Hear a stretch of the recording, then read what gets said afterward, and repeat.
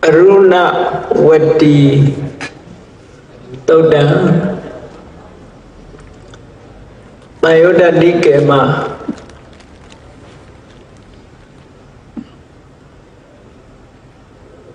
Tiki Pia Letema Chipolare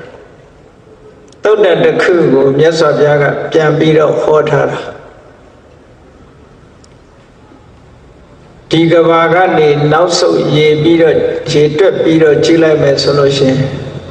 goes and net Tekaba. Eri goes and net Tekaba. We but the Tiki with the bull, so that Piatos who bring a bull.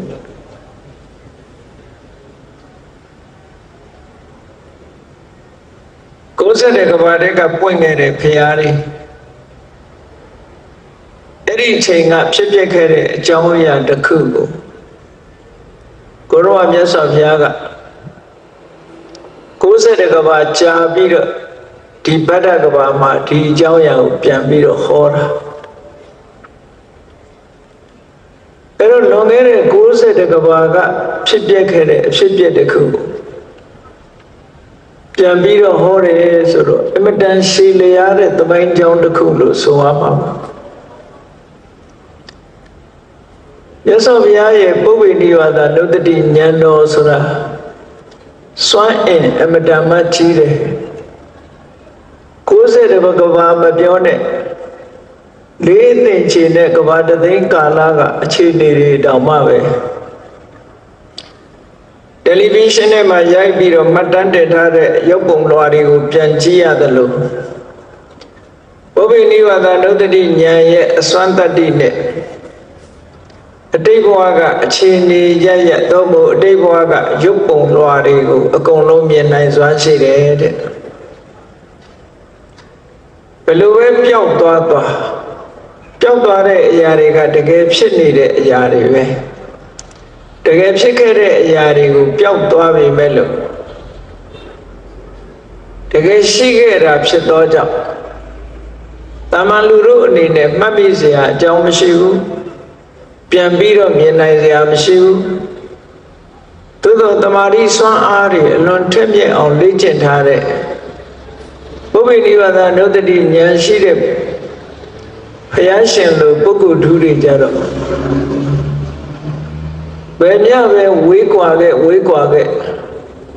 Piambiro Chila Notion, so Tidi Jaja, Colombia.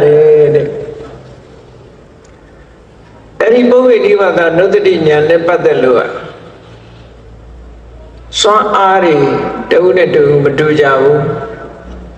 Yasavia, Swan Agaro, Chizo Koromia Barmi Pigere Tumida Boaga Sa Abiro Koromia Safia Piti Tea A Devaga, Twitchum Kanzagaya, a Jawayariha. A Colombian Biro Honey, Nitashi. Erilu Piambiro Horiteme Digni Sabima Madante Taraga. Yasa Viadic Goromia, Devaga, Pitos and Moha, Naya and Nasa Shit. Naya Nasa Sura, Lady Jane Gavada, they Sura, and Dretchilution, alone any. I say, Macan, move away. Todo Yasavia,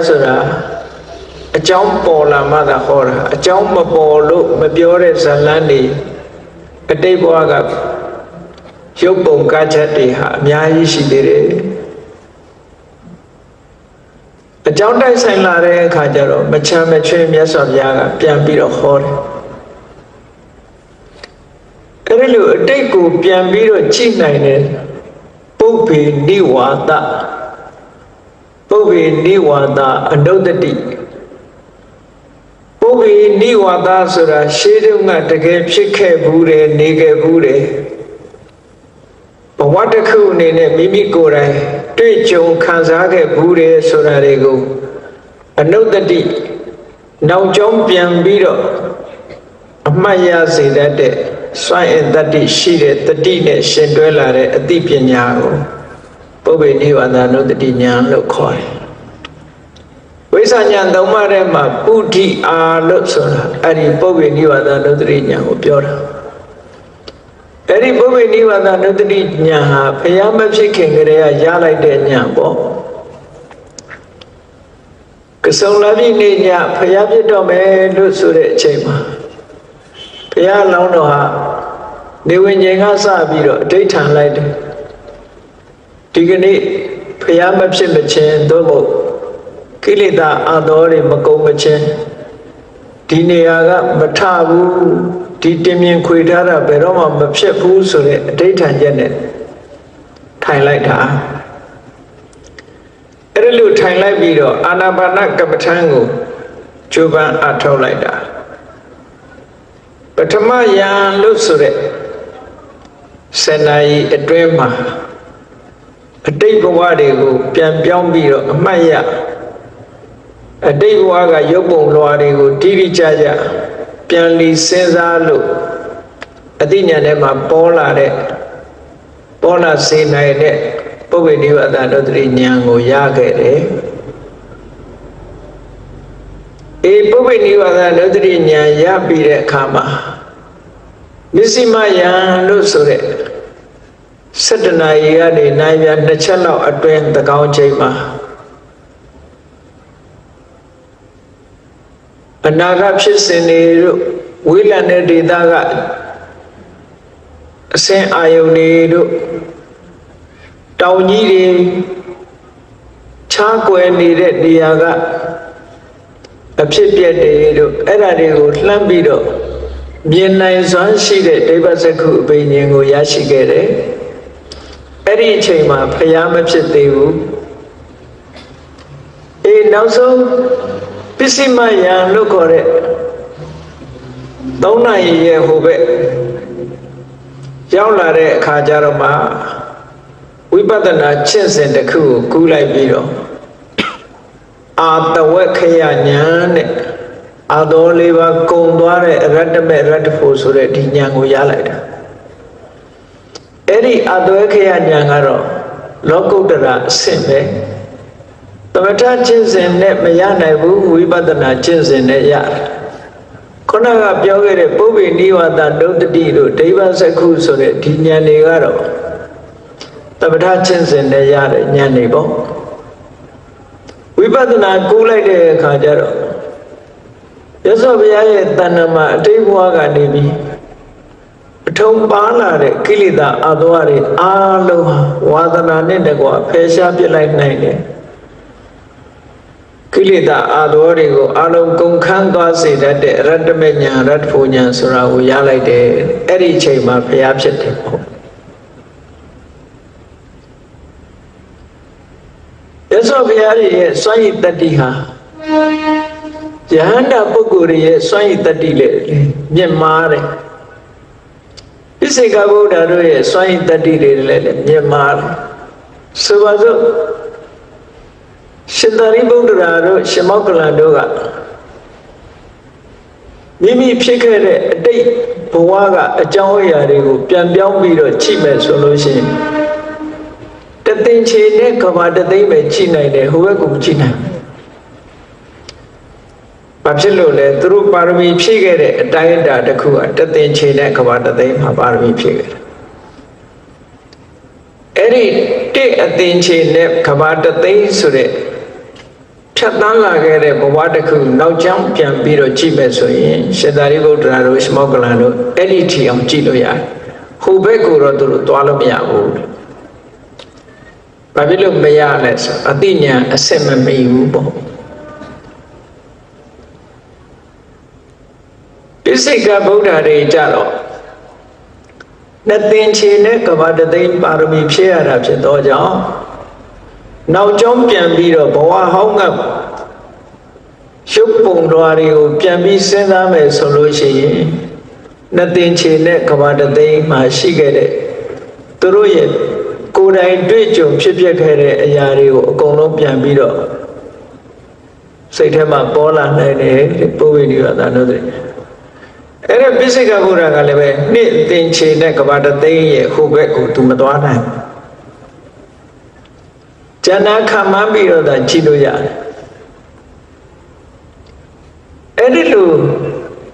အတိတ်အကြောင်းအရာကိုဖြစ်ပြီးတော့ပြတ်သွားတဲ့အရာတွေကိုဘယ်လိုလုပ်ပြီးတော့ပြန်ပြီးတော့ခြေရာကောက်နိုင်တယ်လဲလို့ဆိုတဲ့အခါမှာတရားတွေမှာပရိသေရိစိတ်နဲ့သုတိစိတ်ကလေးတွေဆိုတာတဘွားနဲ့တဘွားဆက်ဆက်မှုလေးတွေရှိနေတယ်အတိတ်ဘဝကသုတိစိတ်လေးရဲ့ခြားမဲ့မှာပရိသေရိစိတ်လာတာအဲ့တော့ပိစိကဗုဒ္ဓတို့ရှင်သာရိပုတ္တရာတို့ဆိုတာအတိတ်ဘဝကိုပြန်ကြည့်ခြင်းပြီဆိုလို့ရှိရင်ဟိုကြိုးတန်းကလေးကနေပြန်ပြီးတော့ရှောက်ရတယ်လို့ပဲသူတို့မှာစိတ်ရဲ့မိတွေ့ရာကလေးတွေနဲ့ပြန်ပြီးတော့သွားတာဒီတိုင်းအယံသွားလို့မရဘူးဥပမာမဲ့ရှင်သာရိပုတ္တရာဘဝမရောက်ခင်ကသူပြန်ကြည့်ပဲဆိုလို့ရှိရင်ဒီဘဝပရိသေရိစိတ်ကိုကြည့်ဒီဘဝပရိသေရိစိတ်ကိုကြည့်ပြီးအဲ့ဒီပရိသေရိစိတ်ရဲ့ရှေ့ပိုင်းကသုတိစိတ်ကဘာလဲအဲ့ဒီသုတိစိတ်သိတာနဲ့တပြိုင်နက်နောက်ဘဝရဲ့ပရိသေရိစိတ်ကိုတစ်ခါကြည့်ပြန်အဲ့ဒီသုတိပရိသေရိဆိုတဲ့ဒီ process ဖြစ်စဉ်ကလေးတစ်ခုပေါ်မှာ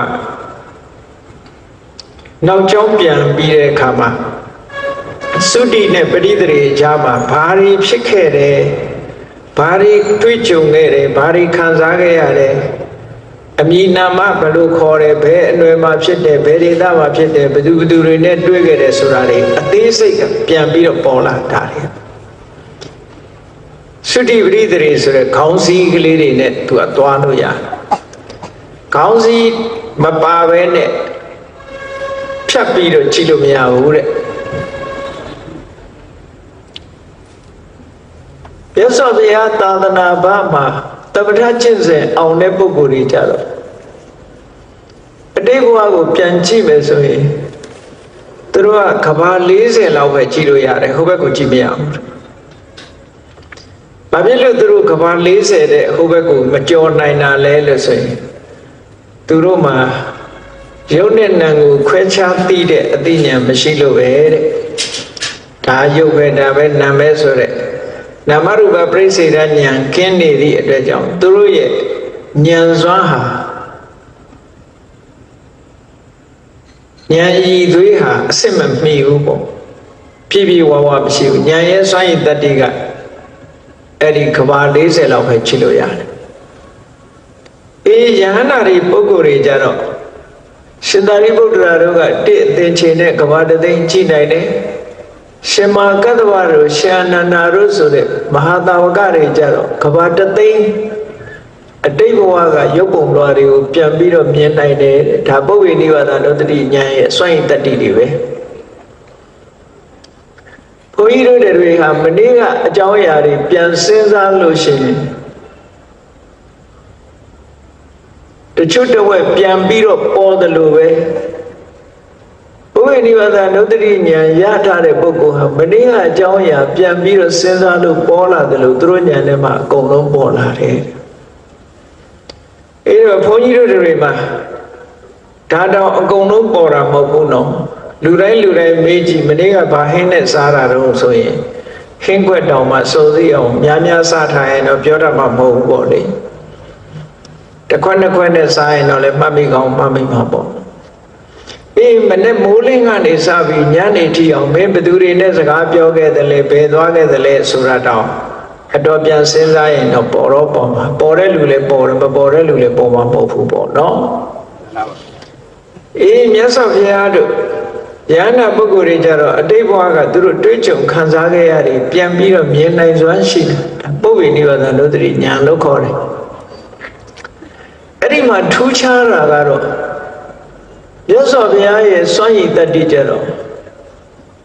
ဘဝအစနဲ့အဆုံးဆိုတဲ့သုတိပရိသေရိဆိုတဲ့ဒီခေါင်းစဉ်ကလေးတွေကိုရှားစရာမလိုဘူးခုံကြော်ပြီးတော့ကြည့်လို့ရတယ်ခုံကြော်ပြီးတော့သွားနိုင်တယ်ဆိုပါစို့မြတ်စွာဘုရားကသိတ္တရမင်းသားမဖြစ်ခင်ကသေတဂိတုနာသဖြစ်တယ်အဲ့ဒီမဖြစ်ခင်ကဝိတ္တန္တရာဖြစ်တယ်ဆိုတာဒီလိုအစဉ်တိုင်းသွားเสียမလို့ ဖြတ်ခနဲ့ကြော်ပြီးတော့သူမိတာဘဝကိုလည်းသွားလို့ရတယ်တခြားဘဝတွေကိုလည်းသွားလို့ရတယ်ဘယ်နေရာကြည့်ကျင်တဲ့နေရာကိုလှမ်းပြီးတော့ဖြတ်ခနဲ့ပို့လိုက်တာတဲ့အသိဉာဏ်ထဲမှာအကုန်လုံးပေါ်လာတယ်950ဇတ်တွေဟောထားတာဟာပုပ္ပေနိဗ္ဗာန်ဒုတ္တိဉာဏ်နဲ့အကြောင်းတိုက်ဆိုင်လာတဲ့အခါမှာအတိတ်ဘဝကအဖြစ်အပျက်တွေကိုပြန်ဟောထားတာတဲ့ဒါကြောင့်မို့လို့ဇာတကလို့ခေါ်တာကိုဗမာတွေကတော့ဇာတကရဲ့အဓိပ္ပာယ်ကဇာတဆိုတာဖြစ်ပျက်ခဲ့တဲ့အကြောင်းအရာတွေကိုကဆိုတာပြောပြတာရီတိုပေါ့ရီတိုတကယ်ကိုဖြစ်ပျက်ခဲ့တဲ့အကြောင်းအရာတွေကိုပြန်ပြီးတော့ပြောပြတာဇာတကပဲမြတ်စွာဘုရားကသူ့ဘဝသူနဲ့တွေ့ကြုံခဲ့တဲ့အကြောင်းအရာတွေသူများရဲ့ဘဝတွေအကုန်လုံးပြန်ပြီးတော့ပြောပြတာဇာတကလို့ခေါ်တယ်အဲ့ဒါလို့ပုပ္ပေနိဗ္ဗာန်ဒုတ္တိဉာဏ်ရဲ့စွမ်းရည်တတ္တိနဲ့ဟောဒီအရုဏဝတီသုတ်တံကိုလည်းပဲမြတ်စွာဘုရားကဟောပြောထားတာဒီအရုဏဝတီသုတ်တံဟာဗဒ္ဒကဘာကနေနောက်ဆုတ်ပြန်ပြီးတော့တွက်မယ်ဆိုလို့ရှိရင်90နဲ့တကဘာမြောက်ပါဝိပဿနာတိခိဝိတကူဆိုတဲ့ဘုရားသုံးစုပွင့်တယ်အဲ့ဒီထဲမှာတိခိဆိုတဲ့မြတ်စွာဘုရားလက်ထက်ကအကြောင်းအရာတစ်ခုပြန်ပြီးတော့ဟောထားတယ်အဲ့ဒီမြတ်စွာဘုရားလက်ထက်မှာတဲ့တိုင်းပြည်ရဲ့အမည်နာမကအရုဏဝတီတဲ့အရုဏဝတီဆိုတာဘယင်စိုးစံတဲ့မြို့တော်ရဲ့နာမည်ပေါ့အရုဏဝတီအဲ့ဒီအရုဏဝတီမြို့တော်ကိုစိုးစံအုပ်ချုပ်နေတဲ့ဘုရင်ကြီးကအရုဏဝါဘုရင်ကြီးတဲ့အဲ့ဒီအရုဏဝါဘုရင်ကြီးရဲ့အရုဏဝတီမြို့အနီးပါတောရကျောင်းတစ်ကျောင်းမှာတိခိမြတ်စွာဘုရားဟာတပည့်ပရိသတ်တွေခြံရံပြီးတော့အဲ့တုန်းကသတင်းသုံးခဲ့ဘူးလေပေါ့အဲ့ဒီတိခိမြတ်စွာဘုရားမှာလက်ဝဲရံလက်ရရံခုဂေါတမမြတ်စွာဘုရားမှာလက်ဝဲရံလက်ရရံလက်ရရံကရှင်သာရိပုတ္တရာလက်ဝဲရံကရှင်မောက္ကလန်လို့ဆိုတဲ့အဝတ္တန်ထူးချွန်တဲ့တပည့်ကြီးနှစ်ပါးရှိတယ်လို့ပဲတိခိမြတ်စွာဘုရားမှာလည်းပဲအဝတ္တန်ထူးချွန်တဲ့တပည့်ကြီးတွေရှိတယ်မဟာတာဝကလို့ခေါ်တာပေါ့အထွတ်ထိပ်မဟာတာဝကထဲမှာတော့အထွတ်ထိပ်ပဲအဲ့တော့မဟာတာဝကဆိုတဲ့ပုဂ္ဂိုလ်တွေကမြတ်စွာဘုရားရဲ့အည်အချင်းမိလူနီနီပေါ့မြတ်စွာဘုရားရဲ့အည်ချင်းကိုမိလူနီနီအည်ချင်းပြည့်တဲ့ပုဂ္ဂိုလ်မြတ်စွာဘုရားရဲ့အည်ချင်းကတော့လုံးဝပြည့်စုံတာပါလေပညာဘက်ကလည်းပဲလုံးဝပြည့်စုံတယ်တကုဣတိဘက်ကလည်းလုံးဝပြည့်စုံတယ်အဲ့ဒီတပည့်ကြီးနှစ်ပါးကြတော့တပါးကပညာဘက်သာပြည့်စုံတယ်တကုဘက်မှာမပြည့်စုံဘူးကျန်တပါးကတကုဘက်မှာသာပြည့်စုံတယ်ပညာဘက်မှာမပြည့်စုံဆိုလိုတာကဝိပဿနာဉာဏ်ထက်မြက်တဲ့ပုဂ္ဂိုလ်ကပညာအရာမှာထူးချွန်သမထကျင့်စဉ်မှာထက်မြက်တဲ့ပုဂ္ဂိုလ်ကတကူအရာမှာထူးချွန်တယ်ဒီနှစ်ခုကရှင်တွဲသွားတာသမထသမာဓိနဲ့ပညာဆိုတာရှင်းနေတာเนาะအဲ့တော့မြတ်စွာဘုရားကဘက်ဆုံးဝိပဿနာလည်းထက်မြက်တယ်သမာဓိသမထလည်းထက်မြက်တာဖြစ်သောကြောင့်မြတ်စွာဘုရားအနေနဲ့ကပညာလည်းရှင်လို့မရအောင်ထက်မြက်တယ်တမာတိစွမ်းအားလည်းရှင်လို့မရအောင်ထက်မြက်တယ်သို့တော့အဲ့ဒီမြတ်စွာဘုရားရဲ့အည်ချင်းကိုမိလူနီးနီးပညာအရာမှာမိလူနီးနီးပုဂ္ဂိုလ်ကရှင်သာရိပုတ္တရာပဲသို့တော့တကူကြတော့ဘုရားရဲ့နဲ့တော်တော်လေးလှမ်းဝေးတယ်လို့ပြောတခါရှင်မောက္ကလန်ကတမာတိကျင့်စဉ်အောင်မြင်ထားသည့်အတွက်ကြောင့်တမာတိအရာမှာသူကထွတ်ထိပ်ပညာကြတော့ရှင်သာရိပုတ္တရာအဆင့်ကိုမမီလာပြန် ဆိုလိုတာကမြတ်စွာဘုရားကပညာရောတမာတိရောစွမ်းရည်တတိအပြည့်အဝရတယ်ရှင်သာရိပုတ္တရာကျတော့ပညာသာရတယ်တမာတိတလောက်မထက်မြက်ဘူးရှင်မောက္ကလန်ကတမာတိထက်မြက်တယ်ပညာကျတော့တလောက်မထက်မြက်ဘူးဆိုတော့သူတို့နှစ်ပါးပေါင်းမှမြတ်စွာဘုရားမှာရှိတဲ့အရေးအချင်းမျိုးရဲ့အောက်နှိမ့်ကြပြီးတော့သူတို့နှစ်ပါးပေါင်းမှမြတ်စွာဘုရားလောက်နီးနီးအရေးသွေးကိုရကြတာဘုရားကိုတော့ရှင်းလို့မရဘူးပေါ့နော်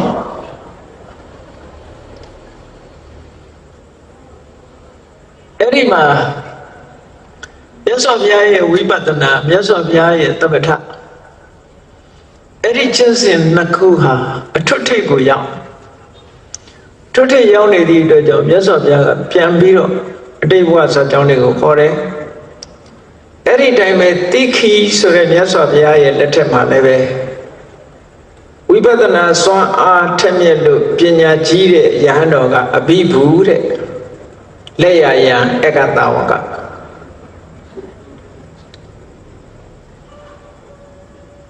သမထအရာမှာထူးချွန်ထက်မြက်ပြီးတော့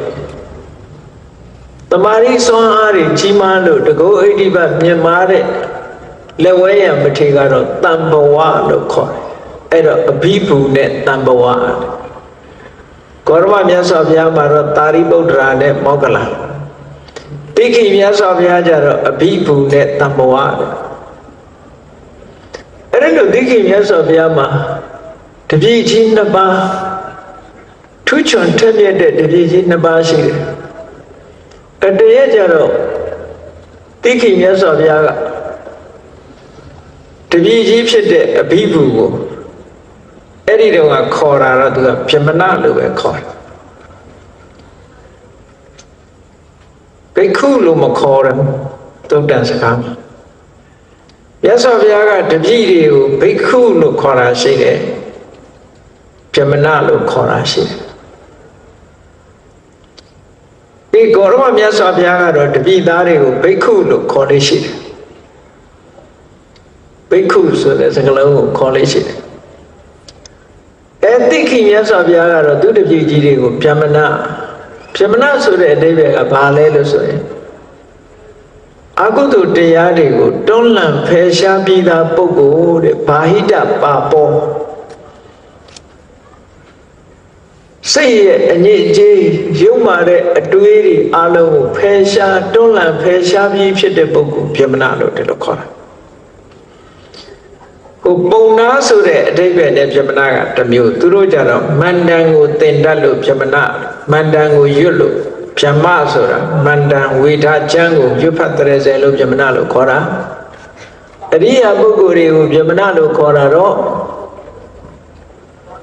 စိတ်ထဲမှာဖြစ်ပေါ်လာတဲ့အကုသိုလ်အညစ်အကြေးရုပ်မာတဲ့အတွေးတွေကိုဖယ်ရှားပြစ်နိုင်လို့တွန်းလှန်ဖယ်ရှားပြီးဖြစ်တဲ့ပုဂ္ဂိုလ်ဖြစ်လို့ပြမနာလို့ဒီလိုခေါ်တာအဲ့တော့အဘိဗုဆိုတဲ့ယဟန်ကိုတိခိမြတ်စွာဘုရားကအာယုဆုံးပြီးတော့နေဆုံးမစားခင်ကြားထဲမှာအဘိဗုယဟန်ကိုပြမနာတို့ပြမပြေသွားရအောင်ခေါ်လိုက်တာပြမပြေသွားကြရအောင်ဆရာတပည့်မြတ်စွာဘုရားနဲ့တပည့်တာဝကနှစ်ပါးပြမပြေကိုသွားကြ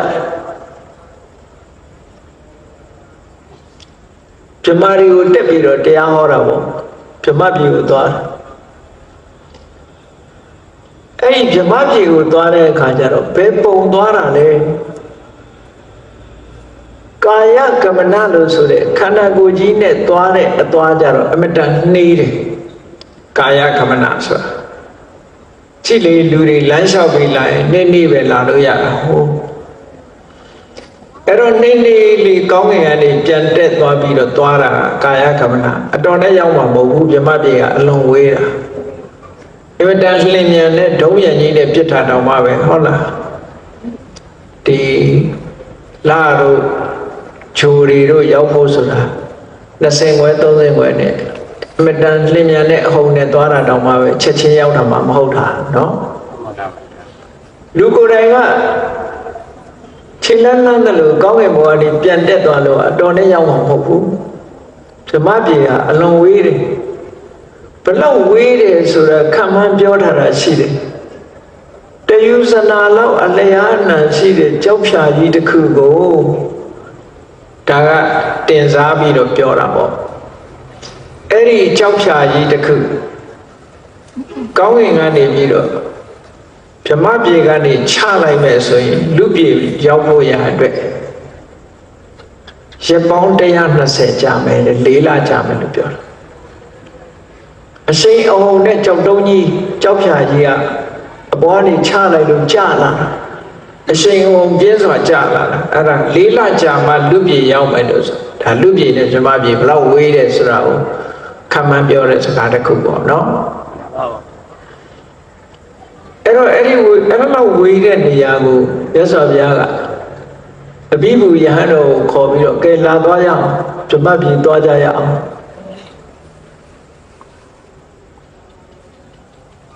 ဘယ်လိုနည်းနဲ့သွားတာတော့ဆိုကာယကမနလို့ဆိုတဲ့ခန္ဓာကိုယ်နဲ့လမ်းလျှောက်သွားတဲ့အသွားနည်းမဟုတ်ဘူးစိတ်တကမနစိတ်နဲ့သွားတဲ့အသွားနဲ့သွားတယ်ဘုန်းကြီးတို့တွေလည်းကြည့်နေစိတ်နဲ့သွားလိုက်အခုတရားနာရင်အိမ်ပြန်လိုက်ရောက်သွားတာပဲမဟုတ်လားမှန်လားပါဗျာလူကြီးကမရောက်တာနော်မှန်လားပါဗျာအခုတွေ့အခုရောက်သွားတာစိတ်ကအိမ်ကိုရောက်သွားအေးနိုင်ငံခြားလာတဲ့လူဆိုဘလောက်ဝေးတူတူပါပဲနော်ဥကျွေဟိုလမ်းမှာရှိတဲ့အိမ်သွားတာနဲ့အတိုင်းအတာတကူနဲ့ဟိုအမေရိကန်ကအိမ်ပြန်လာတဲ့တူတူပဲမဟုတ်လားတူပါဗျာစိတ်ကတွေးလိုက်လို့ရှင်ဟောတူတူပဲရောက်သွားမှာပဲအတိုင်းအတာတစ်ခုစိတ်သွားတာအလွန်မြန်တယ်လေအလွန်မြန်တယ်အမေရိကန်နေတဲ့လူတယောက်ကလည်းပဲခုထိုင်းနေရနေကဲအမေရိကန်ပြန်လိုက်ပါဦးမယ်စိတ်ကလေးနဲ့ပြန်ကြည့်ခုပြန်ခုရောက်သွားတာပဲအဲ့ဒါကိုစိတ်တကမနလို့ခေါ်တယ်ရုပ်ခန္ဓာကိုယ်ကြီးကိုစိတ်ထဲမှာထည့်သွင်းလိုက်ပြီးတော့စိတ်အဖြစ်ရုပ်ခန္ဓာကိုယ်ကြီးကိုဖြောက်ပြီးတော့စိတ်အသွင်ထည့်သွင်းလိုက်ပြီးတော့သွားလိုက်တဲ့အခါကျတော့လူပြေမှာခုနကအရုဏဝတီမြို့တော်တောရကျောင်းလေးကနေပြုတ်ခနဲ့ပျောက်သွားပြီးတော့ဟိုမှာဘွားခနဲ့ပေါ်သွားတာစိတ်တကမနလို့ခေါ်တယ်စိတ်နဲ့ကြွသွားတာနော်ဥပမာပေးထားတယ်ဘယ်လိုဥပမာပေးတော့ဆိုရင်ကွေးထားတဲ့လက်ကလေးကိုဆန်းလိုက်တယ်လို့အဲ့ဒါလောက်မြန်အောင်ရောက်သွားတယ်လို့ဆိုလို့တယ်ကွေးထားရကဆန်းလိုက်တဲ့အခါမှာ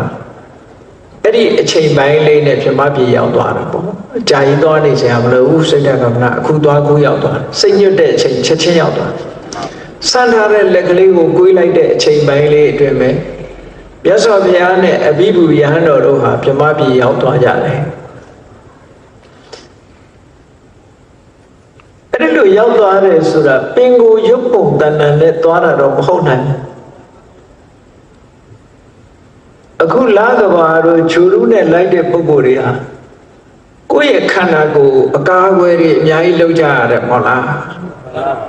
အကာအကွယ်တွေအဝတ်အစားတွေဒီကအခုလက်ရှိအဝတ်နဲ့ဝတ်သွားလို့မရဘူးဝတ်သွားလို့မရဘူးအဝတ်အစားတစ်မျိုးတီထွင်ပြီးတော့သွားတယ်အဲ့ဒါလိုပဲတိခိမြတ်စွာဘုရားနဲ့အဘိဓမ္မာယဟန်တော်တို့ဟာဗြဟ္မပြေကြွသွားတယ်ဆိုတာနေမိတယုတ်ဖန်ဆင်းပြီးတော့သွားရအောင်အကယ်၍နေမိတယုတ်မဖန်ဆင်းမဲ့နဲ့လူတရံတိုင်းသွားလို့မရဘူးပေါ့ဒါတော့မှန်လေနတ်တွေကလူပြေလာလို့ရှိရင်လေလူပြေနဲ့တင့်တော်တဲ့ယုံမျိုးဖန်ဆင်းပြီးတော့လာရတယ်ဒီတိုင်းလာလို့မရဘူးဗြဟ္မာတွေကလူပြေလာလို့ရှိရင်လေလူပြေနဲ့တင့်တော်တဲ့ယုံကိုဖန်ဆင်းရတယ်အဲ့ဒီလိုမှမဟုတ်လို့ရှိရင်သူတို့ယက်တီခြင်းကမစွမ်းနိုင်ဘူးဆိုပါစို့တာဟပတိဗြဟ္မာမင်းကြီးကရသော်ဘုရားက49ရက်ပြည့်တဲ့အခါတရားရဲ့လေးနက်မှုကိုဆင်ခြင်စဉ်းစားအဲ့ဒီလိုဆင်ခြင်စဉ်းစားလိုက်တဲ့အချိန်မှာအိုးတရားကလည်းအမတန်လေးနက်တယ်တတ္တဝါတွေငါဟောတဲ့တရားနားလည်မှာမဟုတ်ပါဘူးသူတို့ကကာမဂုဏ်အာယုစိတ်တွေထဲမှာပြောနေကြတာတရားဟောရင်ငါပဲပင်မမှာပဲဆိုတဲ့အတွေးလေးဝင်လာတဲ့အချိန်မှာ တာလီပြမကြီးကပြုတ်ခနဲ့ရောက်လာတယ်အဲ့ဒီလိုရောက်လာတယ်ဆိုတာပြမပြေမှာနေတဲ့ပြမရဲ့ခန္ဓာကိုယ်မဟုတ်ဘူးလူပြည်ရောက်ရင်ရုပ်ချမ်းဖန်ဆင်းလာခဲ့ရတယ်ဖန်ဆင်းလာပြီးတော့မြတ်စွာဘုရားရှေ့မှာလက်ဝဲဘက်ဒူးကမြေကြီးကိုထောက်ပြီးတော့လက်ရဘက်ကမုတ်ဆိုးတိုင်းထိုင်တာပေါ့နော်ဒူးတစ်ဖက်ထောက်ပြီးတော့မုတ်ဆိုးတိုင်းထိုင်ပြီးလက်အုပ်ချပြီးဘုရားကိုလျှောက်တာနိဗ္ဗာန်တကားကြီးဖွင့်တော်မူပါဆိုအဲ့ဒီမှာမုတ်ဆိုးတိုင်းထိုင်လို့ရအောင်ကဗြဟ္မာရဲ့ခန္ဓာကိုယ်အစစ်နဲ့ဆိုရင်ထိုင်လို့မရတခါတော့ကဟတ္တကဆိုတဲ့ဗြဟ္မာကြီးကလူပြေလာဘုရားရှိရောက်ပြီးတော့သူလာလိုက်တာကဗြဟ္မာပြေကရုပ်ပုံလွာတိုင်းသူကဒီလာတယ်လာပြီးတဲ့အခါဘုရားရှိမှသူက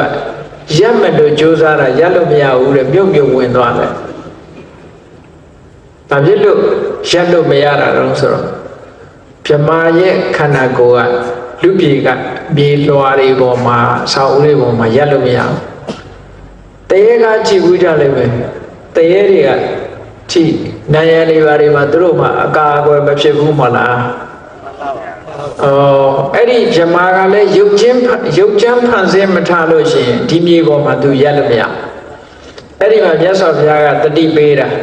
အေးရုပ်ချမ်းဖန်ဆင်းလိုက်ရုပ်ချမ်းဖန်ဆင်းလိုက်ဆိုမှအဲ့ဒီကြတော့မှရုပ်ဖန်ဆင်းမှဘုရားရှေ့မှာရက်ပြီးတော့ဘုရားကိုအယုသိပေးလို့ရတာနှုတ်မို့ဆိုသူရက်လို့မရအောင်ဘာဖြစ်လို့ရက်မရတော့ဆိုတိတ်တိမ်မွေ့တယ်သူတို့ခန္ဓာကိုယ်အခိုးအမွေ့လို့ဖြစ်တယ်ရက်လို့မရဘူးအဲ့ဒါကြောင့်မလို့လူတွေရဲ့အသင်္တရံသဘောမျိုးရုပ်ချမ်းဖန်ဆင်းလိုက်တဲ့အခါမှာရက်လို့ရတယ်ဆိုတဲ့စကားတွေကိုထောက်ထားလို့ရှိရင်သိခိမြတ်စွာဘုရားနဲ့အဘိဓုဆိုတဲ့ဧကတာဝကအကမဟာတာဝကတို့ဟာဗြဟ္မပြည်ကိုစိတ်တကမနလို့ခေါ်တဲ့စိတ်နဲ့ကြွသွားလိုက်တာဟုတ်ဆိုရောက်သွားကြတယ်ချက်ချင်းရောက်သွားတယ်ရောက်သွားတဲ့အခါမှာဗြဟ္မပြည်နဲ့တင့်တော်တဲ့ရုပ်ကိုဖန်ဆင်းပြီးတော့ရောက်သွားကြတာရောက်တဲ့ဆိုရင်ဗြဟ္မာတွေဟာဝိုင်းအောင်ပြီးတော့ဖယားနဲ့ယဟန္တာကြွလာတယ်ဆိုတော့ဝန္တာအာရနဲ့စုပြီးတော့ရောက်လာကြတယ်ပေါ့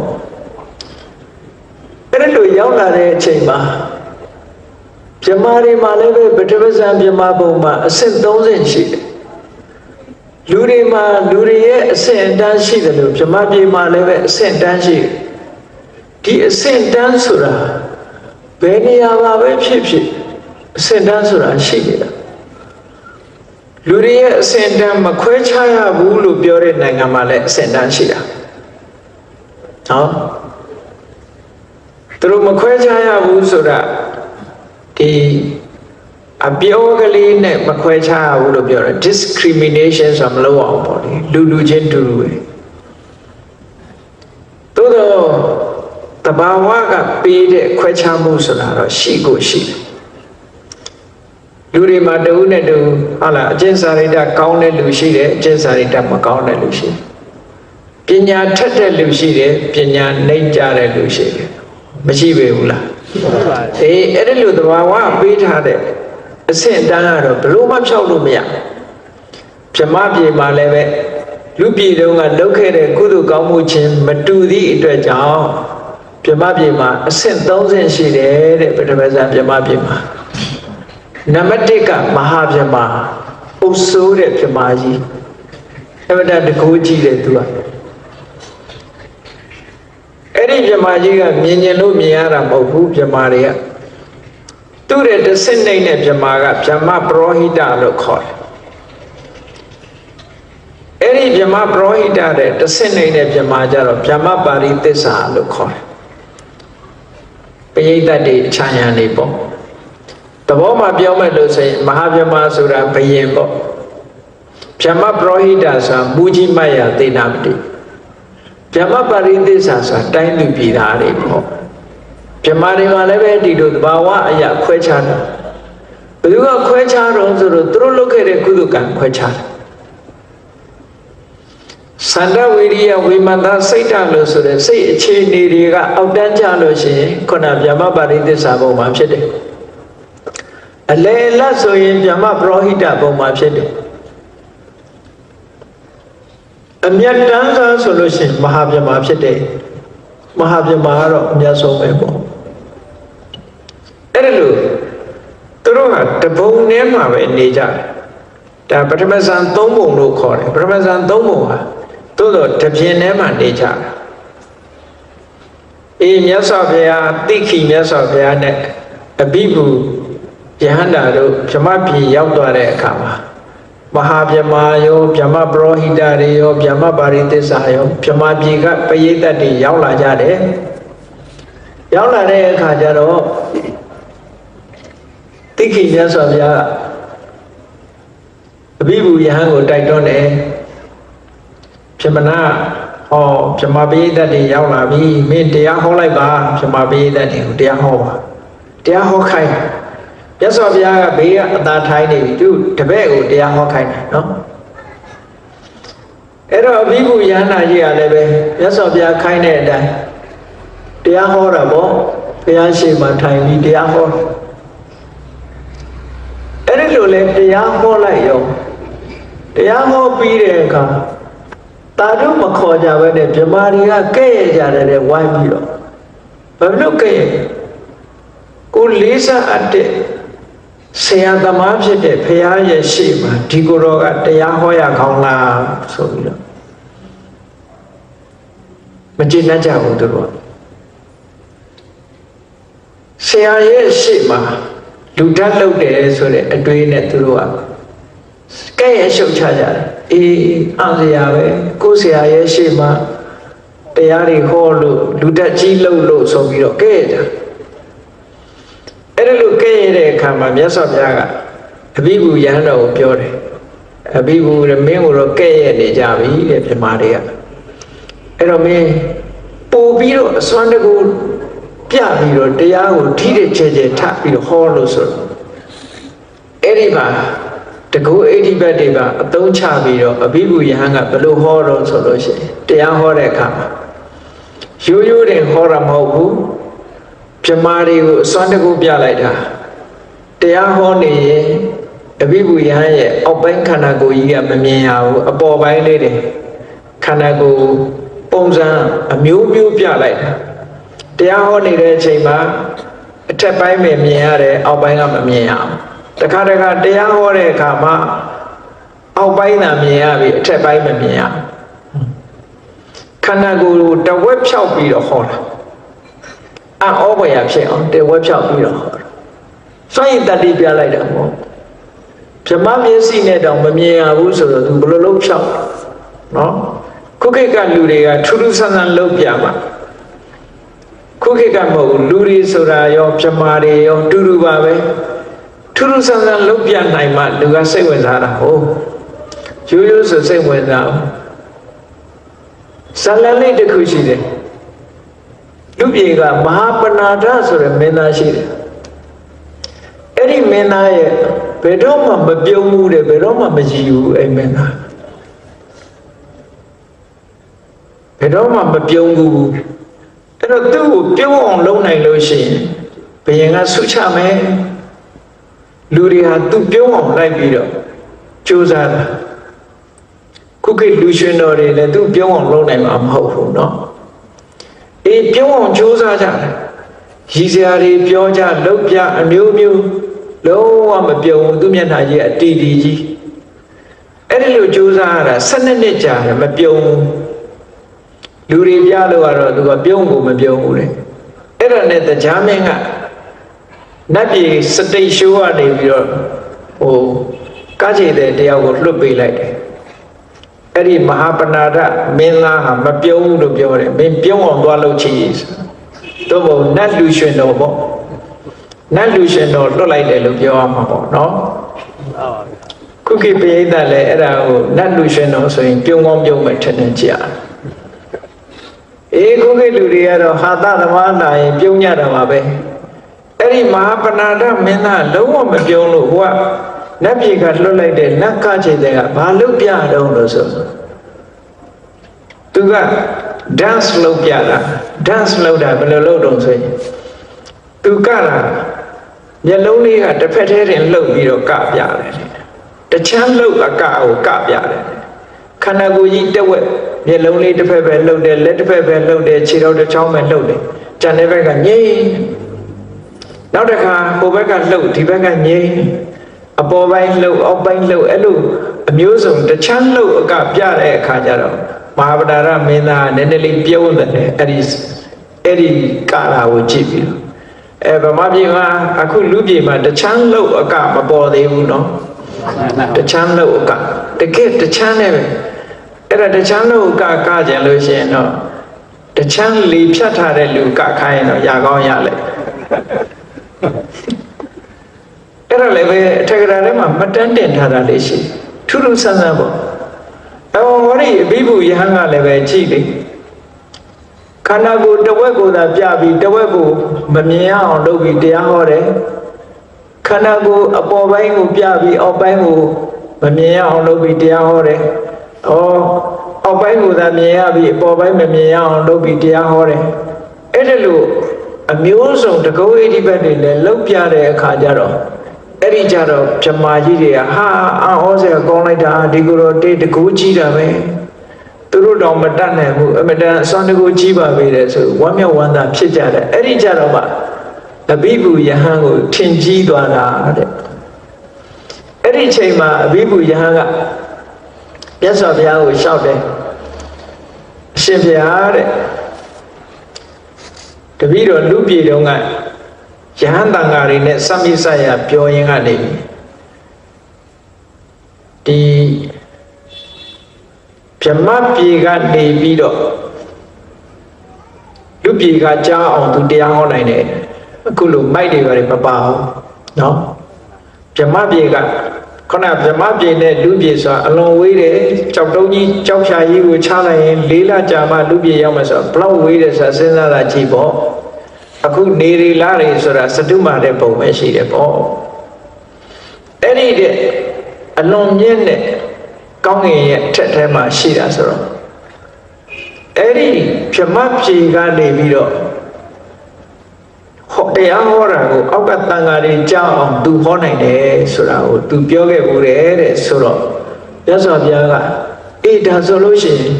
လူပြည်ကကိုတော်တွေကြားအောင်မင်းတရားဟောလို့ဆိုစัจ java လာ1000မှနေကြားရအောင်အဋိဌာန်လိုက်တယ်အဋိဌာန်လိုက်တဲ့အခါကျတော့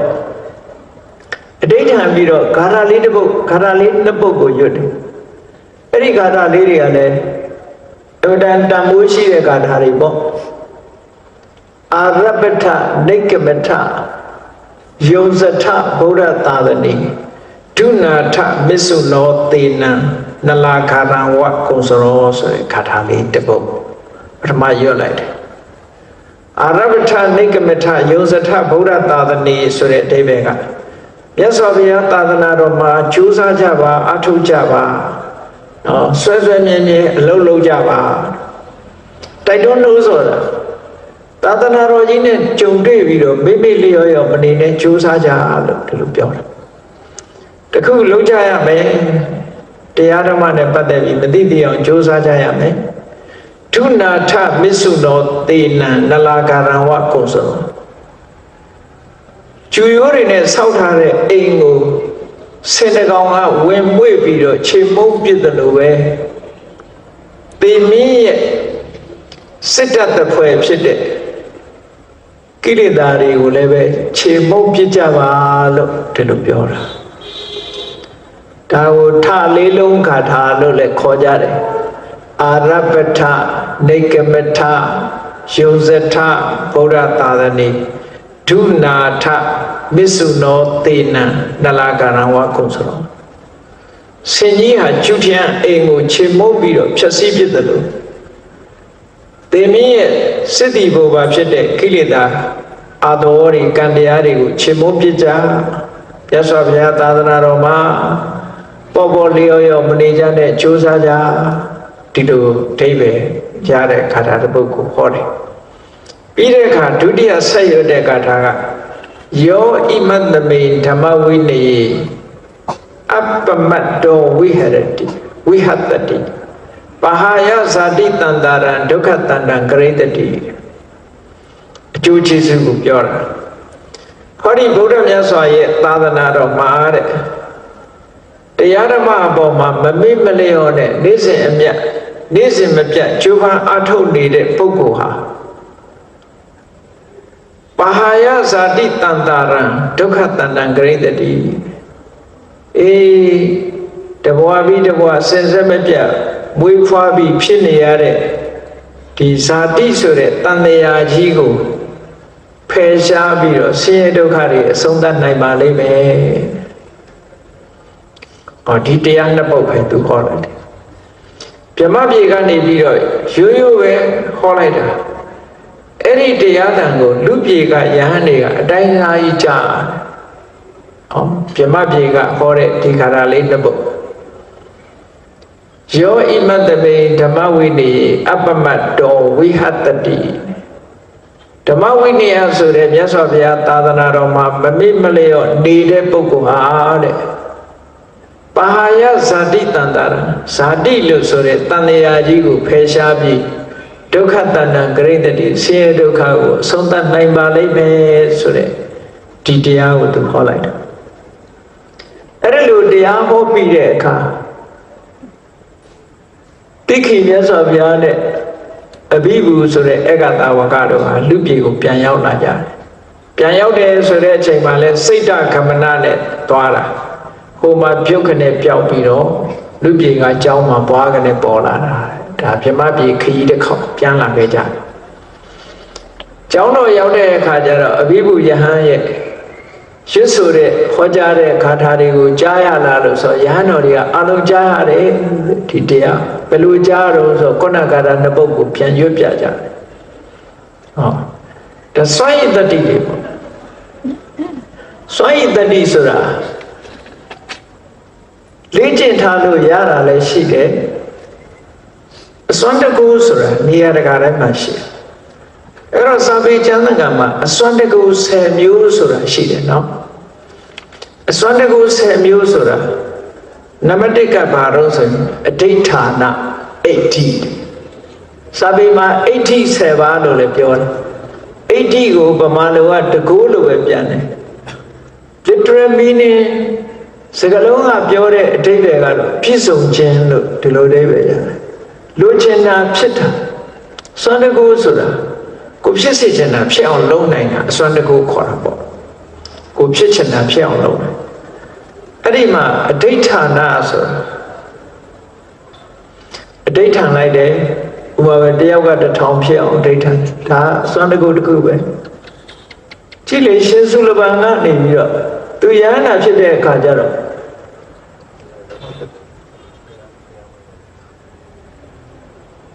ဆုံးသတ်လိုက်ဖို့ရသူမလိုက်မသွားရအောင်เจ้าမှာသူတစ်ပါးတည်းကြံတယ်အိမြတ်စွာဘုရားကเจ้าမှာယဟန်တစ်ပါးရှိတယ်လို့သွားပင့်ကြီးအောင်လို့ဆိုပြီးတော့ခိုင်းလိုက်တဲ့အခါမှာသူ့ရဲ့နောင်တော်မဟာပဏ္ဏကမရှိတော့ပါဘူးဖေ။လို့ရှောက်တယ်အဲ့ဒီအတန်ကိုသူကကြားတဲ့အခါเจ้าမှာယဟန်နေရှိကြောင်းသူပြမယ်ဆိုပြီးတော့ယဟန်1000ဖန်ဆင်းထားလိုက်တာဒိဋ္ဌံလိုက်တာတယောက်ကနေပြီးတော့1000ဖြစ်ပါစေဆိုပြီးတော့ဒိဋ္ဌံလိုက်သူ့ရဲ့ဒိဋ္ဌံရဲ့အတိုင်းပဲယဟန်1000ယဟန်1000ကလည်းကြည့်တချို့ကတပြည့်စီးလဲနေတယ်တချို့ကရေခတ်နေတယ်တချို့ကသင်္ကန်းချုပ်နေတယ်တချို့ကတရားထိုင်နေတယ်ကျောင်းဝင်းကြီးတစ်ဝင်းလုံးဟာယဟန်1000နဲ့ပြည့်တယ်ဆိုတော့လာပင့်တဲ့လူကနေပြီးတော့လာပင့်တဲ့အခါဝါတဘာပဲပင်ခိုင်းတာဒီကြတော့1000ဆိုသူမပင်ရဲဘူးပေါ့မပင်ရဲတော့ပြန်ပြေးပြီးတော့သွားပြီးတော့လျှောက်တဲ့အရှင်ဘုရားတဲ့ယဟန်တဘာမကဘူး1000တောင်ရှိနေတယ်ဆိုဒါဖြင့်စုလပန်ဆိုတဲ့ကိုယ်တော်ပင်ငယ်လို့တခါမှတော့သူပြန်သွားတယ်ပြန်သွားတဲ့အခါကျတော့ဟိုလဲရောက်ရောအရှင်ဘုရားရသော်ဘုရားကစုလပန်ဆိုတဲ့ကိုယ်တော်ကိုပင်ခိုင်းပါတယ်လို့ဆိုပါဇက်ပေါင်း1000ကပြောလိုက်တာငါစုလပန်မဲငါစုလပန်မဲငါစုလပန်မဲဆိုအားလုံးက1000လုံးကစုလပန်ကြီးဖြစ်နေတယ်မပင်ရဲလို့ပြန်ပြေးသွားပြန်အဲ့တော့နောက်တတိယအချိန်သွားတဲ့အခါကျတော့ရသော်ဘုရားနီးပေးလိုက်တယ်ပထမဆုံးငါစုလပန်လို့ပြောတဲ့ကိုယ်တော်ကိုလက်ဆွဲခေါ်ခဲ့လို့ပြော အဲ့ဒီတခါသွားပြီးတော့ရှင်ဘုရားသုလဗံကိုတော့ကြွပါဆိုငါသုလဗံလို့ဆိုတာလက်ဆွဲခေါ်လိုက်တာပျောက်သွားရောကျန်တာတွေကအဲ့ဒါအဋိဌာဏအဋ္ဌိတကိုးနဲ့ဖန်ဆင်းထားတယ်လို့ပြောတာနော်ဒီလိုစွမ်းတကိုးတွေလည်းလုံးလို့ရတယ်နံပါတ်2ကတော့ဝိကုပ္ပဏအဋ္ဌိလို့ခေါ်တယ်ဝိကုပ္ပဏဆိုတာဝိဆိုတာထူးထူးခြားခြားကုပ္ပဏပြုလုပ်တာဥပမာမဲ့လူစင်စစ်ကနေပြီးတော့ဆင်ယုတ်ကြီးဆင်ကြီးဖြစ်အောင်ဖန်ဆင်းတယ်လူစင်စစ်ကကြားကြီးဖြစ်အောင်ဖန်ဆင်းတယ်ရှင်မမောဂလန်ကြည့်တယ်လူစင်စစ်ကနေပြီးနာနောပဏ္ဏနဂါမင်းနဲ့စစ်ပြိုင်တဲ့အခါကျတော့နာနောပဏ္ဏနဂါမင်းကနဂါဆိုတော့ရှင်မမောဂလန်ကဂလုံလိုဖန်ဆင်းလိုက်တယ်ဟောဂလုံလိုဖန်ဆင်းတယ်အဲ့ဒါလို့ရုပ်ပုံပြောင်းပြီးတော့ဖန်ဆင်းတာမျိုးထူးထူးခြားခြားဖန်ဆင်းတာမျိုးတွေဟာဒါဝိကုပ္ပဏအဋ္ဌိလို့ခေါ်တယ်ဒါလည်းစွန့်ရည်တတ္တိတစ်မျိုးပဲနောက်တစ်ခါကျတော့မနောမယအဋ္ဌိဆိုတာစိတ်ဖြင့်ဖန်ဆည်းတဲ့ခန္ဓာကိုယ်မျိုးမနောမယစိတ်ဖြင့်ဖန်ဆင်းလိုက်တယ်စိတ်ထဲကဖန်ဆင်းထားတဲ့ရုပ်မျိုးလည်းပဲဖြစ်နိုင်တယ်တဲ့နောက်တစ်ခုစွမ်းတစ်ခုကညာဏဝိဖာရအဋ္ဌိတဲ့ဉာဏ်ရဲ့စွမ်းရည်တတ္တိနဲ့ပြည့်ပြည့်စုံတာအဲ့ဒီဉာဏဝိဖာရအဋ္ဌိကလည်းအံ့ဩစရာကောင်းတာရတ္တမဉာဏ်ရတ္တပူဉာဏ်ရဖို့အခြေခံနေသူတို့ရဲ့ပစ္စည်းမဘဝိကပုဂ္ဂိုလ်ရဲ့တဏ္ဍာမှာရှိနေတယ်ဆိုတော့ရှင်ဘာကုလအလောင်းကလေးဟာအိုးငယ်ငယ်လေးမြစ်ထဲသွားပြီးတော့ရေချိုးတဲ့အခါကျတော့ငါးကဟတ်သွားငါးမျိုးတဲ့ထဲမှာပါသွားတယ်အဲ့လိုပါသွားပြီပဲလို့မသေးတာဟာဘာကြောင့်မသေးတော့ဆိုရင်ဒီညာဏဝိဖာရသူ့ရဲ့အရတ္တမေဉာဏ်ရလက်တံဖြစ်တဲ့ဉာဏ်စွမ်းကြောင့်မို့လို့ဒီသိဆုံးခြင်းမရှိဘူးတခါတန်ကိစ္စဆိုတဲ့တာမဏေဟာမွေးဖွားလာတဲ့အချိန်မှာမမွေးဖွားခင်သူ့မိခင်ကကိုဝန်ကြီးနဲ့တည်သွားတာတည်သွားလို့တင်းကြိုင်ပို့ပြီးတော့မီးရှို့တဲ့အခါမှာတဇူဝါးတွေနဲ့ထိုးရင်အဲ့ဒီဖိုက်ထဲကကလေးလေးကလွတ်စင်ပြီးတော့တမန်မြက်ချုပ်ပေါ်မှာသွားကြတယ်နော်မီးရှို့တဲ့ထဲကနေပြီးတော့နော်အဲ့ဒီကလေးလေးကဒီအသက်အိမ်နဲ့ပတ်ပြီးတော့သူကအသက်ရှင်တယ်တမန်မြတ်ချုံပေါ်ကြလို့သူ့ကိုဓဗ္ဗလို့နာမည်ပေးထားတာတန်ကိစ္စတို့ဓဗ္ဗတို့ဆိုတာဒီလိုပဲဒီမသေးဘူးဘာဖြစ်လို့မသေးတော့ဆိုပစ္စည်းမဘဝိကဒါညာဏဝိပါဒအဋ္ဌိလို့ခေါ်တယ်အတိညာရဲ့စွန့်ရည်တတ္တိတစ်ခုပဲရှင်ဓဗ္ဗတို့ရှင်တန်ကိစ္စတို့ဆိုတာအဲ့ဒါမျိုးနောက်တစ်ခုကသမာဓိဝိဖာရအဋ္ဌိသမာဓိဝိဖာရသမာဓိစွမ်းအားနဲ့ဆိုရင်လည်းပဲဘယ်သူမှဒုက္ခမပေးနိုင်ဘူးတခါတော့ရှင်သာရိပုတ္တရာမထေရတောရကျောင်းမှာရှင်မောက္ကလန်နဲ့အတူတောရကျောင်းလေးမှာထိုင်နေကြထိုင်နေရင်သဘာဝဝင်စားနေလာကြီးကလည်းတာလိုက်တာအဲ့ဒီချိန်မှာရှင်သာရိပုတ္တရာလည်းပဲခေါင်းကိုအဲ့ဒီနေ့မှာပြောင်းအောင်ရိတ်ထားတာအပေါ်ကလန့်ရောင်နဲ့ဆိုတော့ခေါင်းလေးကနေပြောင်းပြီးတော့အလက်ဖြစ်နေမှာပေါ့ခေါင်းပြောင်မှာလာတာနေတဲ့အချိန်အဲ့ဒါလို့ရှိနေတဲ့အချိန်မှာဟိုးမြောက်အရက်ကနေကောင်းကင်ကနေပြီးတော့မြောက်အရက်ကနေတောင်ရက်သွားတဲ့ဘလူးနှစ်ကောင်အဲ့ဒီနန္ဒဆိုတဲ့ဘလူးကလန့်ရောင်နဲ့ပြောင်းလဲဖြစ်နေတဲ့ရှင်သာရိပုတ္တရာခေါင်းပြောင်ကိုမြင်တဲ့အခါကျတော့လက်သီးနဲ့ထိုးချက်စိတ်ပေါက်တယ်ကြံ့ကြံ့ဖမှန်နော်စိတ်ကူးကလည်းခေါင်းပြောင်မှာလာရောင်ဟတ်နေတာကိုမြင်တဲ့အခါကျတော့လက်သီးနဲ့ထိုးချက်လို့တဲ့ဟိုယဟန်ထိုင်းနေတာကလက်သီးနဲ့သွားထိုးမယ်ပေါ့ဟိုဘွားတော့ကပေါင်းစင်သမားများဖြစ်လာသလားမသိဘူးသူကထိုးရင်ကြိတ်ချင်တဲ့ဝါသနာရှိတယ်အရှင်သာရိပုတ္တရာထိုင်းနေတာမြင်တယ်လက်သီးနဲ့သွားထိုးမလို့တော့သူ့ကိုဖော်လို့တဲ့ဒီဘလူးကပြောတယ်မလုံးနဲ့မင်းသွားမလုံးနဲ့အဲ့ဒီယဟန်အမတန်တကူကြီးတယ်သွားမလုံးနဲ့ဘုရားသမဘာဝင်စားနေတာမရဘူးသူလုံးမှာပဲလက်သီးစွမ်းပြအောင်မဆိုဆင်းလာပြီးတော့ရှင်သာရိပုတ္တရာခေါင်းကိုလက်သီးနဲ့ထိုးတယ်သူ သူ့လက်သီးချက်ကဘလောက်ပြင်းတယ်လဲဆိုရင်ခုခေတ်ကကစီယက်လက်ဟိုရင်ဘောက်ဆင်သမားတဲ့လက်သီးတွေပြင်းလိုက်တယ်နော်စာထဲမှာဘလောက်ပြင်းတယ်ဆိုရင်သူထိုးလိုက်တာတောင်တွကြီးတစ်ခုလောက်ဝုန်းကနေပြိုကျသွားတော့ပြင်းထန်တယ်လို့ပြောတာပဲအဲ့တော့ရှင်သာရိပုတ္တရာခေါင်းကိုလက်သီးနဲ့ထိုးတယ်ထိုးလိုက်တဲ့အချိန်မှာရှင်သာရိပုတ္တရာကတမာတိစွမ်းအားတမာတိဝိဖာရအဋ္ဌိဆိုတဲ့စွမ်းအားကြောင့်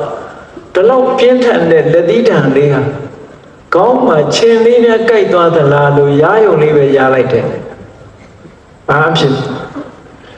အဲ့ဒါကိုဘယ်သူကမြင်လို့ဆိုရှင်မမောက္ကလမြင်လိုက်တာအေးတမာတိဝင်စားနေရကလက်သီးနဲ့လည်းထိုးပြီးရောရှင်သာရိပုတ္တရာတမာတိကနေထလိုက်တော့ကောင်းမှတမျိုးလေးပဲလို့ဒီလိုခံစားရတော့ရှင်မောက္ကလကပြေးလာပြီရှင်ဘုရားဘယ်နဲ့နေသေးတော့ဘယ်နဲ့ဘလူးတကောင်ရှင်ဘုရားကောင်းလက်သီးနဲ့ဝင်ထိုးသွားတယ်တဲ့အဲ့ဒါခေါင်းပြောင်ပြောင်ရိတ်ထားလို့ရှင်တော့လာရောင်ထဲမှာမထိုင်ကြလေနဲ့လက်သီးနဲ့ထိုးတဲ့ကောင်တွေတွေ့ရင်မလွယ်ဘူးနော်အဲ့တော့ရှင်ဘုရားကောင်းဘယ်နဲ့နေတော့ဆိုရှင်သာရိပုတ္တရာပြောတယ်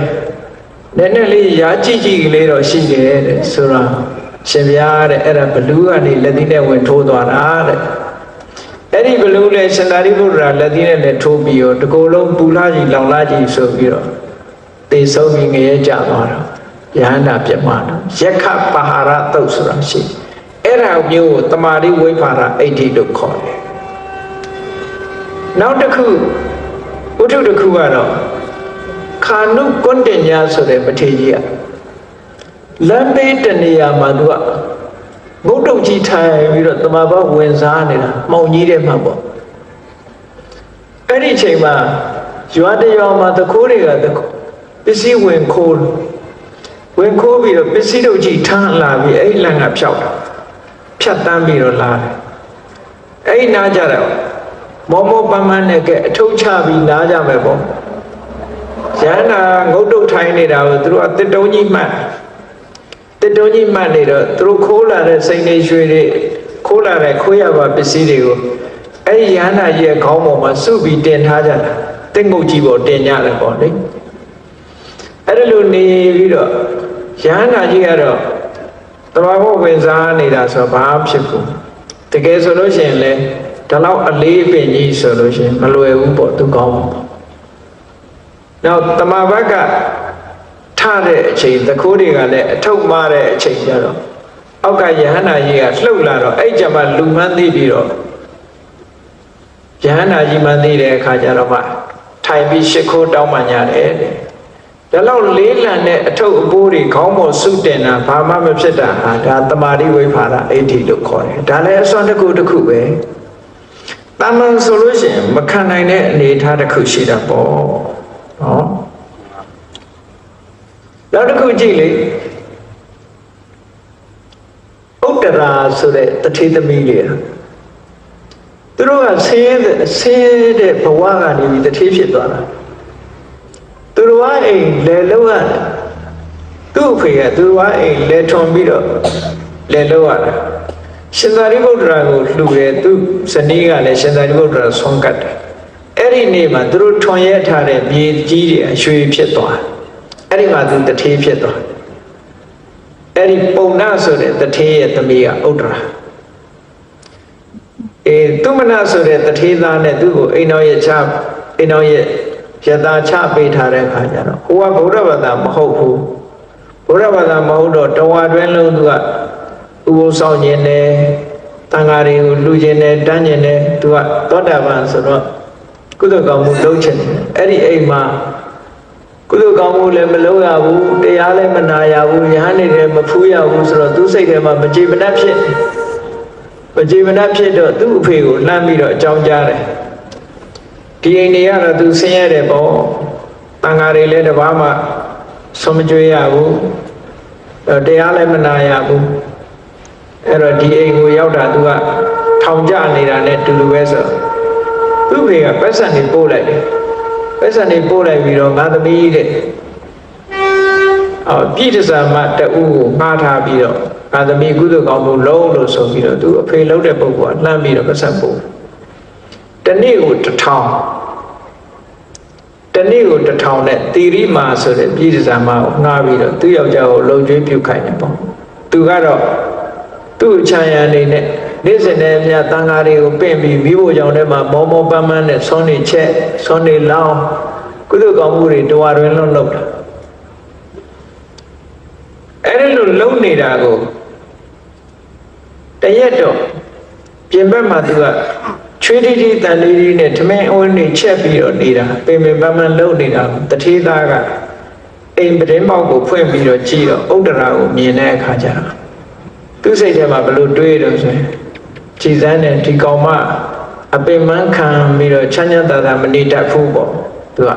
ချွေးတီတီနဲ့ချက်လို့ပြုတ်လို့ပင်မခံတယ်ဆိုပြီးတော့သူ့အတွေးနဲ့သူကပြုံးတာအဲ့လိုပြုံးတော့သီရိမာကဘသူကြည်ပြီးပြုံးတာတော့လို့သူကလည်းပရိမောကကြည်လိုက်တဲ့အခါကျတော့ဥဒ္ဒရာကိုကြည်ပြီးတော့ပြုံးတယ်ဆိုတာကိုသိတော့သူ့စိတ်ထဲမှာမနာလိုစိတ်ဖြစ်သွားမနာလိုစိတ်ဖြစ်သွားပြီးတော့အိမ်မောကနေတောက်လျှောက်ဆင်းသွားပြီးတော့ဥမာစီရီထောပတ်တွေချက်ထားတဲ့ချိန်ကနေပြီးတော့မှုန့်နဲ့ခတ်ပြီးတော့ဥဒ္ဒရာရဲ့ခေါင်းသွားလောင်းတာ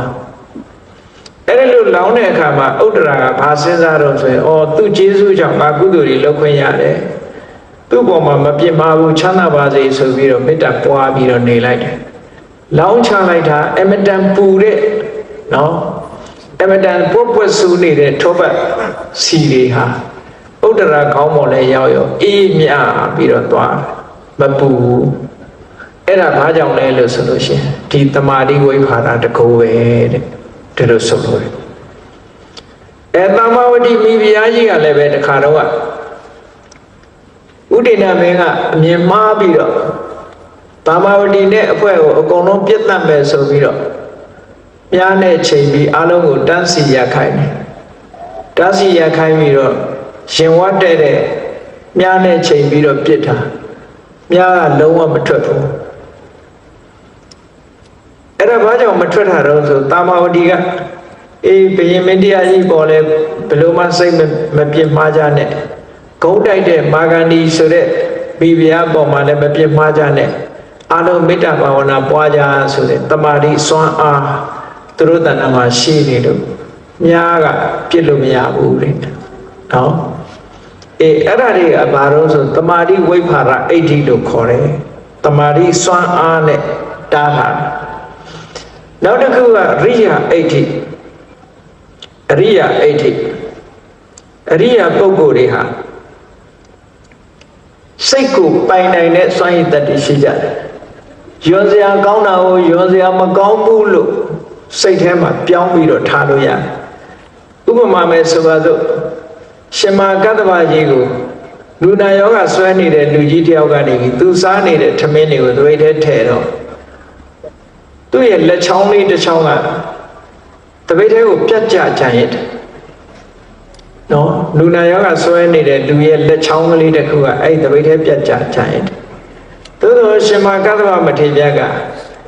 အဲ့ဒီလက်ချောင်းလေးနဲ့ဆွန်းတဲ့ကိုဓာတ်လူထားနိုင်တယ်ဒါအလုံးဟာပထဝီဓာတ်ပဲဆိုပြီးတော့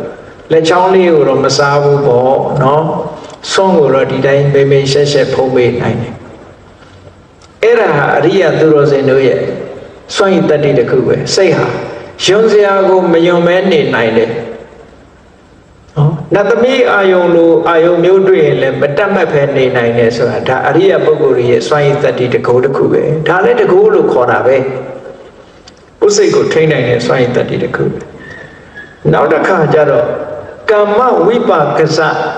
ကမ္မဝိပါကကံရဲ့အကျိုးတရားအနေနဲ့ပေါ်လာတဲ့အစွမ်းတကူဆိုတာရှိသေးတယ်အဲ့ဒါတွေကတော့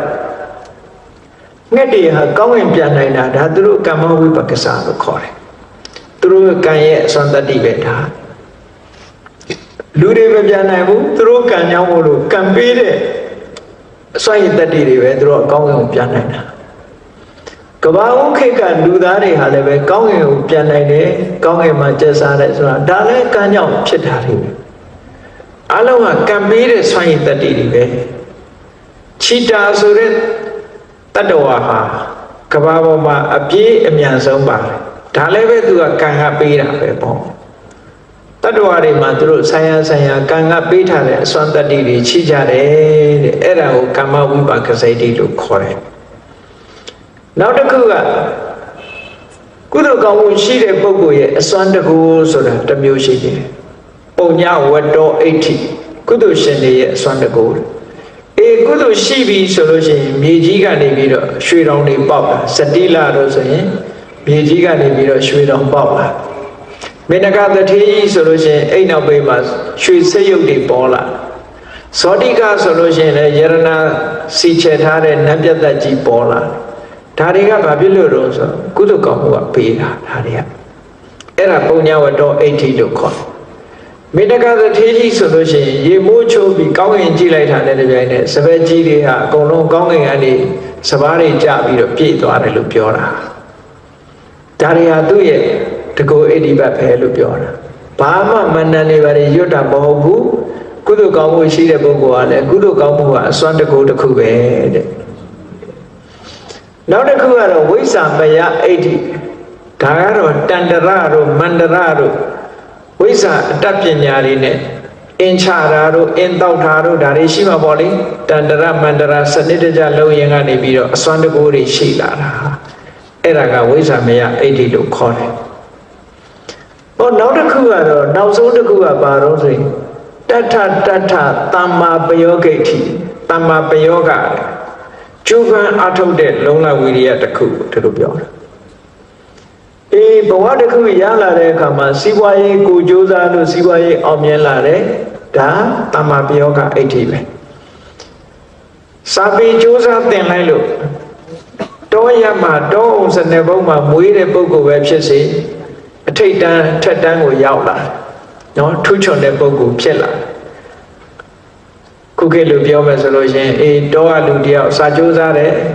စာကြိုးစားသည့်အတွက်ကြောင့်ဒီဂရီတွေများစွာရတယ်ဒီတွေရတယ်နောက်ဆုံးကဆေးပညာအထိအောင်မိလို့ဆရာဝန်ကြီးဖြစ်သွားတယ်နာမည်ကြီးတဲ့ဆရာဝန်ကြီးဖြစ်သွားဒါသမ္မာပယောဂိဋ္ဌိလို့ခေါ်တယ်ကိုယ်တိုင်ကြိုးစားလို့ထွက်ထရောက်သွားတာဒါမျိုးတွေကလည်းအများကြီးရှိတာပဲလေအိန္ဒိယနိုင်ငံမှာဆိုရင်စန္ဒိတ်နဲ့ထဲကအမ်ဘေဒကာဆိုတဲ့စန္ဒိတ်အိန္ဒိယနိုင်ငံသားတယောက်ဆိုလို့ရှိရင်ကြိုးစားလိုက်သည့်အတွက်ကြောင့်ဒေါက်တာဘွဲတွေရဒေါက်တာဘွဲရပြီးအိန္ဒိယနိုင်ငံရဲ့ constitution ကိုသူရေးတာတကယ်ဆိုလို့ရှိရင်စန္ဒိတ်ဆိုတာအန်တချေပေါ်ဘယ်သူမှမထိချင်ဘူးမကင်ရင်တဲ့ပုဂ္ဂိုလ်နောက်ဆုံးကဒီမြင်းမဲတွေကလည်းသူတို့မတင်ဘူးကားကလည်းမတင်ဘူးသူ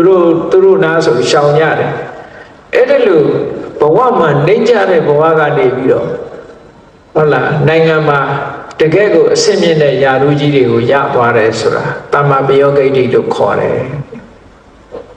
တမန်လူကလေးတယောက်ကတထေးကြီးဖြစ်သွားတာမျိုးတွေဒါတတသမ္မာပယောဂိဋ္ဌိပညာဓာတ်ကြီးဖြစ်သွားတယ်ဒါကြောင့်မလို့ပေါင်းလိုက်တဲ့အခါကျတော့ဒါအဋ္ဌိ10မျိုးလို့ခေါ်တယ်အဲ့ဒီအဋ္ဌိ10မျိုးတွေကအခုပြောတဲ့အဘိဓုယံတော်ဟာဗြဟ္မာပြေကနေပြီးတော့လူပြေကကြားလောက်အောင်အတန်နဲ့ရွတ်နိုင်တယ်ဆိုတာသူ့ရဲ့ဒိဋ္ဌံချက်အောင်မြင်မှုပဲအဋ္ဌာဏအဋ္ဌိနဲ့ဖန်ဆင်းတယ်လို့ဒီလိုပြောရမှာဖြစ်ပါတယ်ဒါကြောင့်မို့လို့အဲ့ဒီအဘိဓုယံခေါ်ကြားဆုံးမထားတဲ့အထက်မှာယောဣမတမေဓမ္မဝိနေအပ္ပမတ္တောဝိဟတတိပဟာယဇာတိတန္တာရံဒုက္ခတန္တံဂရိတတိလူဘဝရလာပြီးတော့သာသနာတော်ကြီးနဲ့ကြုံတွေ့တဲ့အခါမှာမမေ့မလျော့ဖို့အရေးကြီးတယ်မမေ့ဘူးဆိုတာဒါနကောင်းမှုပြုဖို့မမေ့ဘူးစင်ဆက်မပြတ်လုပ်တယ်သီလဆောက်တည်ဖို့မမေ့ဘူးစင်ဆက်မပြတ်လုပ်တယ်ကမ္မထာဘာဝနာပွားများအထောက်ဖို့မမေ့ဘူးစင်ဆက်မပြတ်လုပ်တယ်ဆိုတဲ့အဲ့ဒီတရားတွေကိုမမေ့မလျော့ကြိုးစားအထောက်ကြမယ်ဆိုလို့ရှိရင်ဖြစ်လိုက်အိုလိုက်နာလိုက်သေလိုက်ဆိုတဲ့ဒီတန်တရားကြီးကိုဖယ်ရှားပြီးတော့ဆင်းရဲဒုက္ခတွေအဆုံးသတ်သွားမှာဖြစ်ပါတယ်။ဒါကြောင့်မို့တရားချစ်ခင်သူတော်စင်ပြိဿတ်တို့ဟာမမေ့မလျော့ကြိုးစားအထောက်ခြင်းဖြင့်သာလဲကုသိုလ်ကောင်းမှုတို့၌မမေ့မလျော့ခြင်းကသာလဲကောင်းကျိုးချမ်းသာတွေကိုရပြီးတော့ဒုက္ခအဆုံးသတ်နိုင်တယ်ဆိုတာသဘောပေါက်ပြီးတော့ ကုသိုလ်တရားတို့၌မမေ့မလျော့ကြိုးစားအားထုတ်နိုင်ကြပါစေကုန်သတည်း